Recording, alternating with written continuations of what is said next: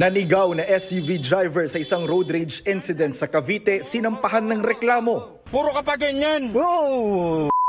Sige Huwag po. kang ganon.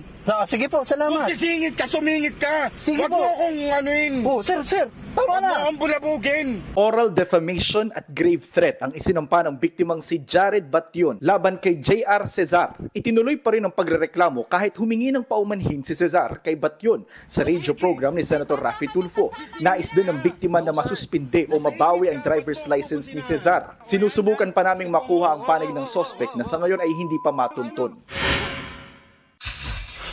3 patay matapos makuryente sa El Nido, Palawan. Base sa investigasyon, ginagawa ng mga biktima ang skeletal tower ng isang water tank.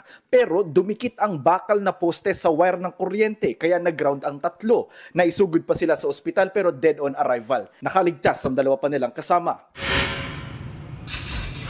Diocese of Borongan sumagot na sa dating pare na si Pio Cultura Aclon. Matatanda ang nais ni Aclon na makita ang desisyon tungkol sa pagtanggal sa kanya bilang pare. Ipinost ito ng Diocese ng Borongan sa Facebook. Nakalagay doon ang dismissal letter mula sa opisina ng disciplinary section ng Congregation for the Doctrine of the Faith. Sinubukan din daw nilang sabihan si Aclon tungkol sa kanyang dismissal pero tumanggi raw siyang magpakita kaya't idinaan ito sa kapatid niya.